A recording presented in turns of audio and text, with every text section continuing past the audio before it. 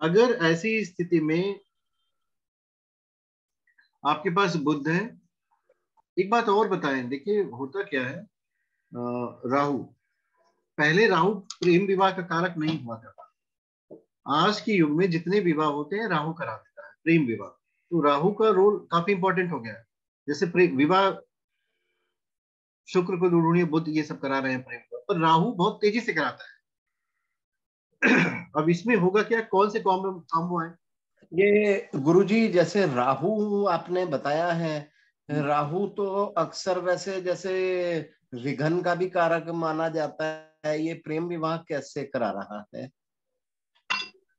अरे आजकल के जितने विवाह हैं सब राहु ही करा रहा है। इंटरनेट से दोस्ती हो रही है, चैटिंग हो रही है, फेसबुक इधर उधर, इसलिए राहु का कामयाब हो गया। आजकल कोई किसी से टाइम नहीं दे रहा है, तुरंत मिल रहा है। क्या आप मुझसे शादी करनी है, रिलेशनशिप में रहना है, कमिटमेंट है कि नहीं है, पहले दिन ही बात कर ले रहे हैं। पहले ये राहु वाला विवाह जो होता है ये टिकाऊ होता है या ये नहीं होता है? अरे बड़ा जबरदस्त चलता है, एक एक ही व्यक्ति के 4-5 विवाह होने शुरू हो जाते हैं 6 महीने इस अरे पे। नहीं नहीं सर।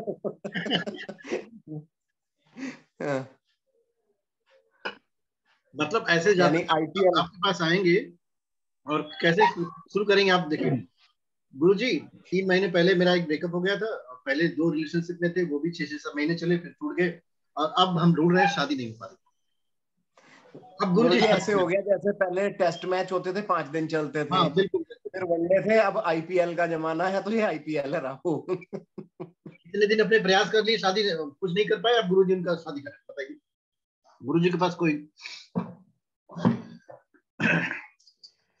अब इसमें होता क्या है, 2-3 कॉम्बो है, इसको आप समझ लीजिए।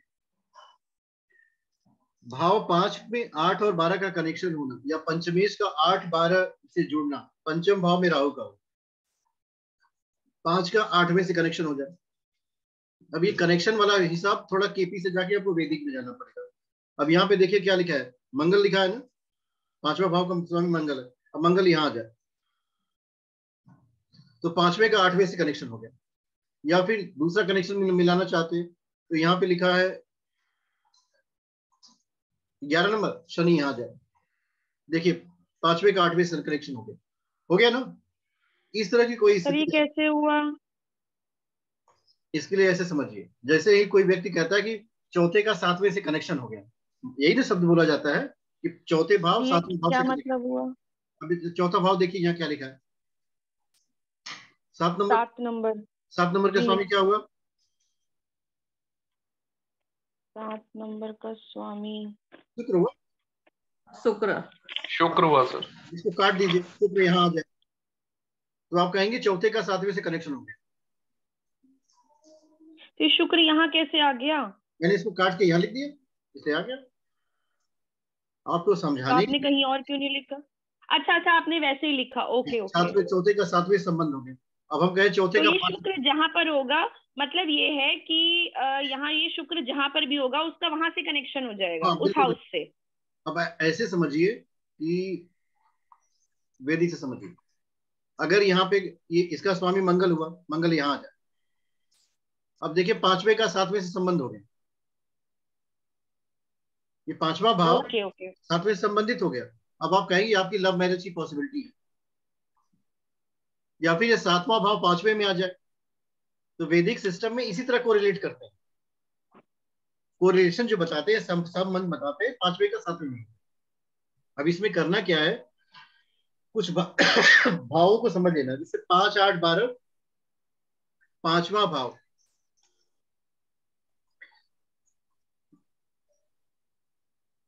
ये 5 प्रेम है, 8 धोखा है,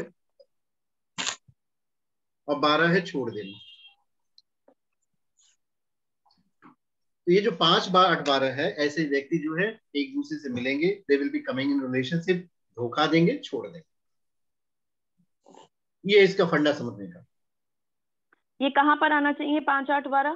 कि राहु के पास आ जाए, गुरु के पास, गुरु के पास नहीं, शनि के पास आ जाए, मंगल के पास आ जाए, केतु लेके आ जाए, तो ऐसे सर ये दोबारा बोलिए, 5, 8, 12 कहाँ कहाँ आ जाए? ये 5, 8, 12 राहु के पास आ जाए, बुध के पास आ जाए, केतु के पास आ जाए। राहु बुध और केतु। और ये स्थिति जो होती है ना, this leads toward what you call it, suicide, आत्महत्या की तरफ ले जाती है।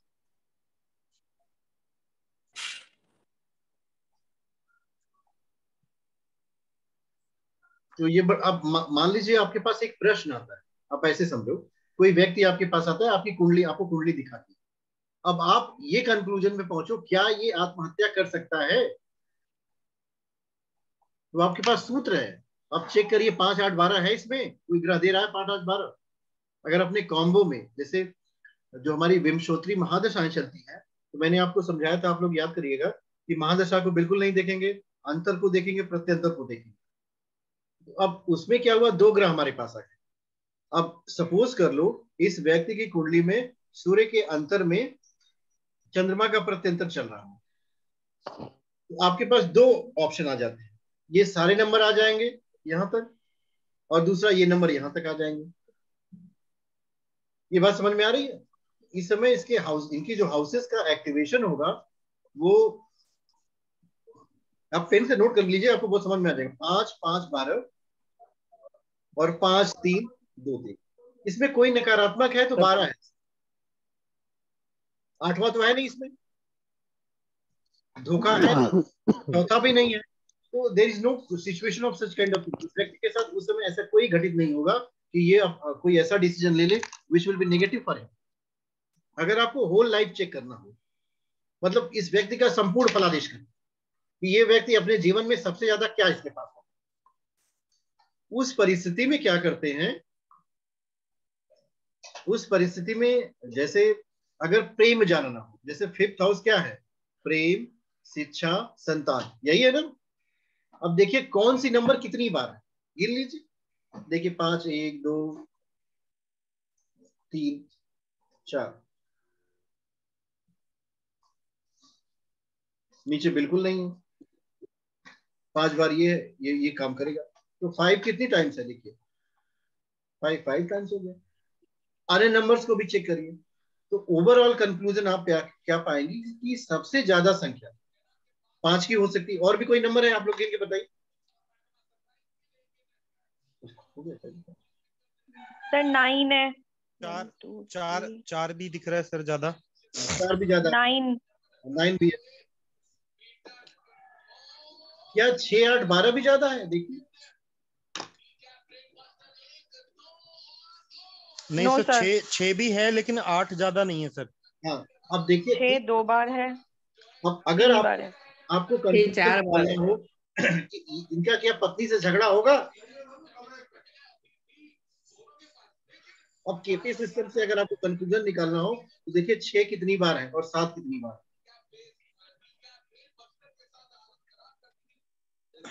सर 6 ज्यादा है, 7 कम है, तो पत्नी से झगड़ेंगे, जरूर करेंगे। 5 भी है ज्यादा, 9 भी है ज्यादा, सेपरेशन का कोई चांस नहीं। मेरी बात आपको समझ में आ रही है?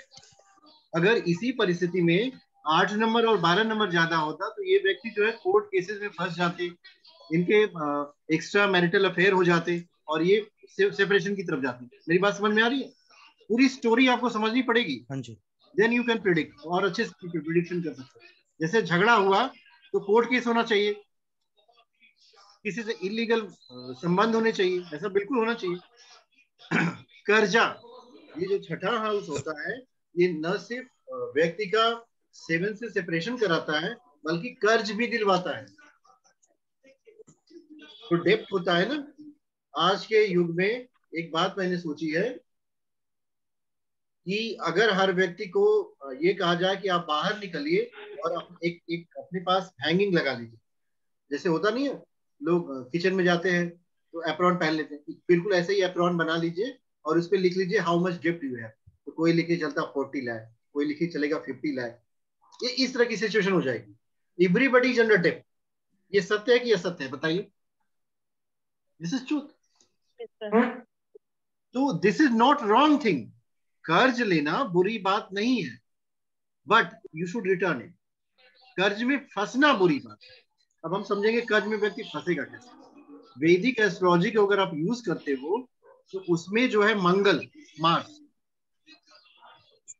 अगर ये पावरफुल है तो आपके पास कितना भी बड़ा कर्ज होगा वो आप रिटर्न कर लोगे।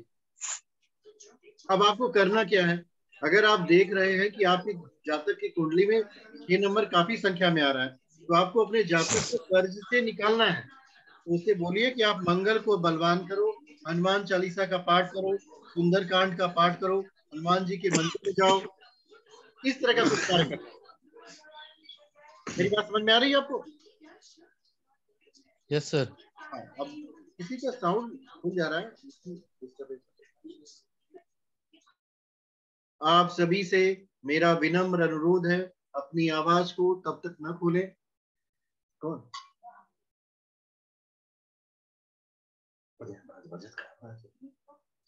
हल्दी का दूध लेने किसी ने बताया, हल्दी का दूध किसी ने बताया। तो ये बात जो आज हमारी बताई थी मैंने, उसको याद करिएगा।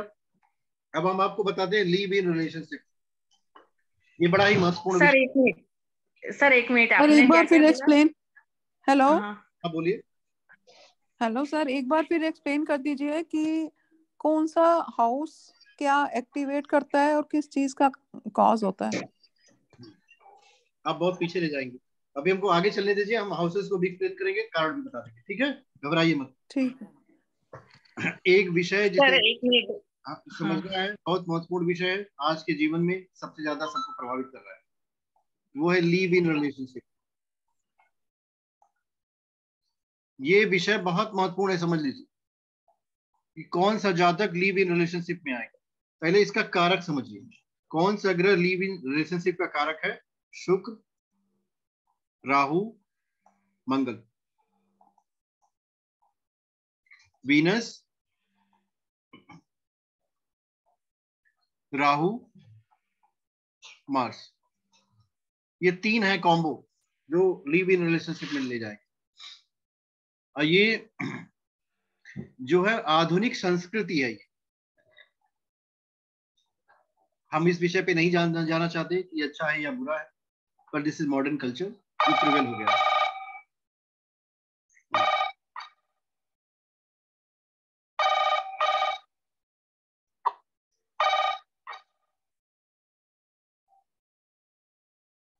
आप लोगों को मेरी स्क्रीन दिखाई दे रही है? Yes sir. क्या लिखा हुआ है स्क्रीन पे? लिव इन रिलेशनशिप, कारक, वीनस, राहु, मार्स।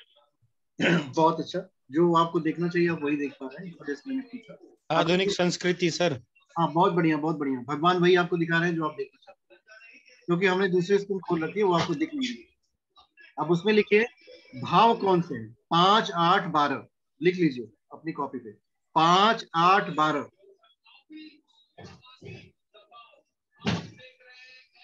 अब इसको स्टेटमेंट फॉर्म में लिखिए।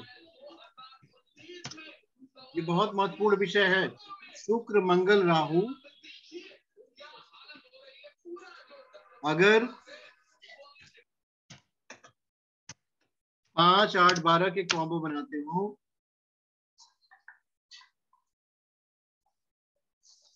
तो जातक निश्चित रूप से लिव इन रिलेशनशिप में जाएगा। अब एक बात और भी समझिए, जैसे होता क्या है कि ये 5, 8, 12 जो है व्यक्ति के गुप्त संबंध को भी बताता है। Someone is doing relations without information of the wife or without information of the world, होता है ना? तो वो 5 बार में छुप करके रिलेशंस बनाना। गुरुजी, अगर किसी शादीशुदा की कुंडली में, केपी में अगर 5, 8, 12 ज्यादा आ रहे हो तो इसका मतलब है कि उसकी गुप्त रिलेशनशिप है किसी से। अब मेरी बात बड़े ध्यान से समझिए, हमें क्या करना है, इस ज्ञान का प्रयोग करके किसी को परेशान नहीं करना। नहीं गुरुजी, मैं वैसे पूछ रहा हूँ आपसे। हाँ जी, ये सत्य है। जैसे आपको एक बात बतानी प्रैक्टिकल, अगर आपका जातक आपके पास आकर के अपनी पत्नी की कुंडली दिखा के पूछता है तो कहिए हाँ ये है, पर स्वयं में बैठ करके किसी व्यक्ति को परेशान करने के लिए इस ज्ञान का उपयोग नहीं करना, क्योंकि भाई उस समय तो आप कंपेल्ड हो जाते हो कि आपको बताना है। जी गुरुजी।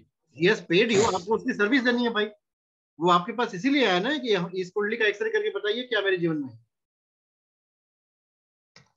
तो वहां पे आपके पास कोई कंपल्सन ऐसा नहीं है कि आप इसको ना बता, आप बिल्कुल बताओ कि। और एक बात हमेशा याद रखना, संभावना शब्द का प्रयोग करना पॉसिबिलिटी है, इसका प्रूफ ढूंढो।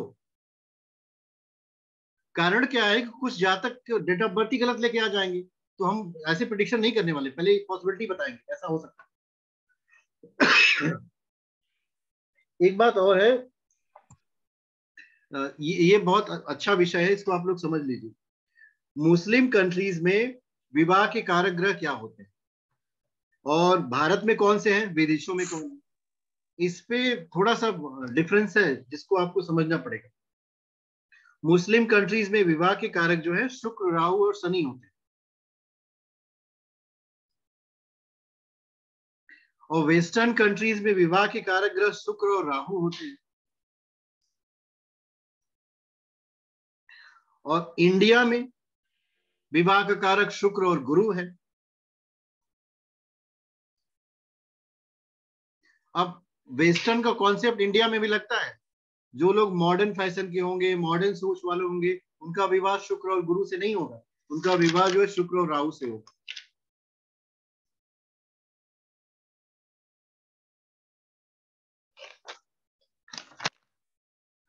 अब एक सर समस्या, मुस्लिम कंट्रीज में शुक्र, राहु और शनि।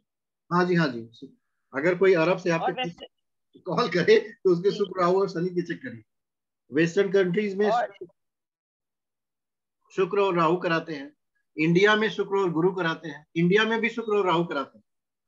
किन लोगों का कराते हैं, जो लोग मॉडर्न ख्यालात के होते हैं, जो लोग विकृत मानसिकता के होते हैं, जो लोग अपने आप को बहुत आधुनिक समझते हैं, उन सभी का विवाह शुक्र और राहु कराएंगे। मेरी बात समझ में आ रही है आपको?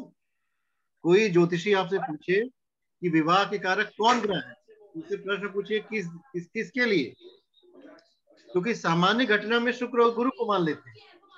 जितने प्रेम विवाह होते हैं सब शुक्र और राहु से होते हैं। गुरुजी शुक्र तो मतलब कॉमन हो गया, शुक्र तो तीनों में है, वो बिना शुक्र के विवाह होगा ही नहीं।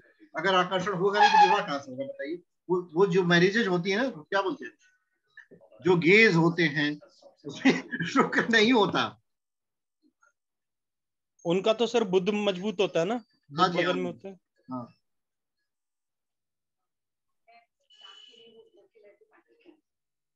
अब एक समस्या आती है कि किसका वैवाहिक जीवन दुखपूर्ण बीते। विवाह तो करा दिया आपने, अब विवाह में सुख आएगा कि दुख आएगा ये भी तो बताना पड़ेगा।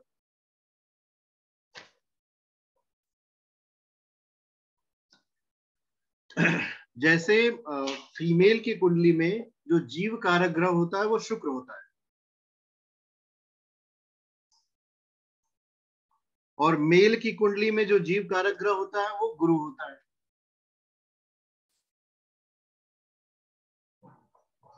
इनके अगर कॉम्बिनेशन अच्छे हैं या फिर अच्छे ग्रहों की दृष्टि होती है, ये अच्छी भाव में हो, तो व्यक्ति का जीवन जो है वैवाहिक जीवन सुखी बीतेगा।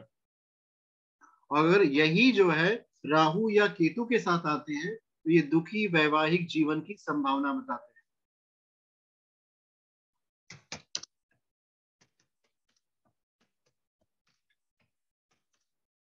सर जीव कारक ग्रह का क्या मतलब हुआ? उत्पत्ति का कारक। ओके सर ये रिपीट करें। जैसे फीमेल की कुंडली में शुक्र है उत्पत्ति का कारक, जीव कारक उसको बोलते हैं, टर्मिनोलॉजी जो एस्ट्रोलॉजी है वो जीव कारक बोलते हैं। और मेल की कुंडली में गुरु है। अगर इन दोनों ग्रहों का कॉम्बिनेशन अच्छे कॉम्बो दे रहा तो सुखा खुशी जीवन बीतेगा वैवाहिक जीवन। अगर इनमें अच्छे कॉम्बिनेशन नहीं आते तो व्यक्ति का जीवन जो है संघर्षमय होता है, या फिर राहु केतु की दृष्टि आ जाए। एक और प्लैनेट है चंद्रमा।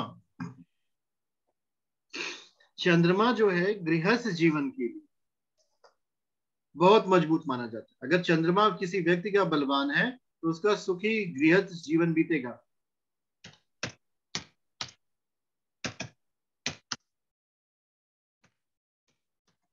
अब इसमें प्रश्न आता है कि अगर ना हो तब क्या करें। तो आप एक बात देखना, हमारी जो संस्कृति है, हमारी जो सभ्यता है, वो अपने आप में सबका इलाज करती है। उसमें ऐसे सूत्र समाये हुए हैं जो मतलब आप लाखों करोड़ों वर्ष रिसर्च करो तब पाएंगे। ओम नमः शिवाय, ओम नमः शिवाय, ये कॉमन सबको पता है, लेकिन कोई जानता नहीं कि इसके पीछे का उद्देश्य क्या है। व्यक्ति के चंद्रमा को मजबूत करना, मन को शीतल करना। देखिए, मन मजबूत तब होगा जब ये शीतल होगा, शांत होगा, तरल होगा। और मन कमजोर कब होगा? जब ये आवेशित होगा, उद्वेगी होगा, तो कमजोर हो जाता है। तो जब आप शिव की शरण में जाते हैं, कहते हैं ओम नमः शिवाय, तो आपने अपने मन को ही शिव युक्त कर दिया। इसी को लोग बोलते हैं शिव संकल्पम।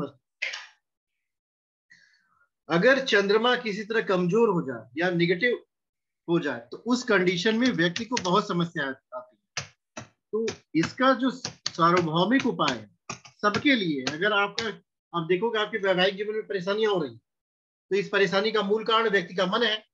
आपके मन में तमाम तरह के विचार आएंगे कि मेरे हस्बैंड मुझे लाइक नहीं करते हैं, वो इधर देखते हैं, वो उधर देखते हैं, मुझे ऊपर तो ध्यान ही नहीं देते। तो इसका कारण है कि आपका मन कमजोर हो गया। अब अपने मन को बलवान बनाइए। और होगा कैसे? सुबह शाम उठिए, गाए जा भगवान की गुण जाए जा, अपने मन मंदिर में झाड़ू रोज लगाए जा। जितना मन को साफ करेंगी उतना आपका मन मजबूत हो जाएगा। चंद्रमा के साथ अगर राहु केतु का कॉम्बिनेशन आ जाए तो ये विच्छेद की तरफ ले जाता है, क्योंकि ये मन को कमजोर कर देता है और मधुर जीवन नहीं हो पाएगा। Sir please repeat. क्या रिपीट कर दे? ये आपने बताया चंद्रमा के साथ राहु और केतु आ जाए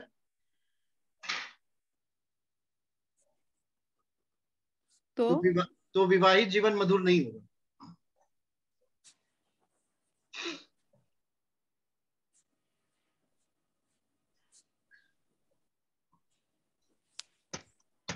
अब महिलाओं के साथ क्या है? सप्तम और अष्टम आप लोग चेक करिए अपनी कुंडली में, अगर आपके पास हो। इसमें मंगल आ जाए और या फिर बुरे और पाप ग्रह से देखा जाए, पीड़ित हो, तो विवाहित जीवन में बड़ा संघर्ष करना पड़ता है।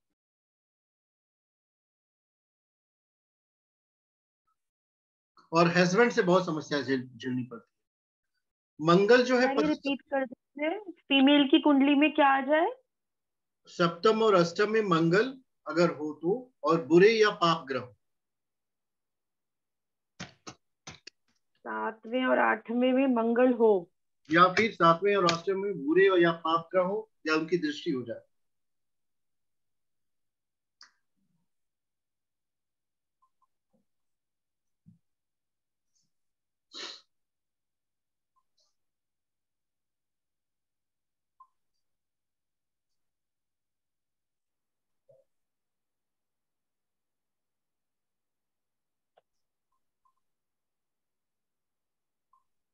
तो ऐसे में क्या होगा?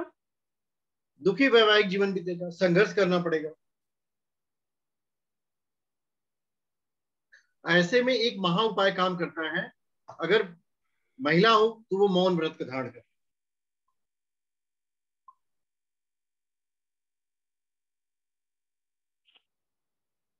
मतलब कम से कम बोलने का अभ्यास करे।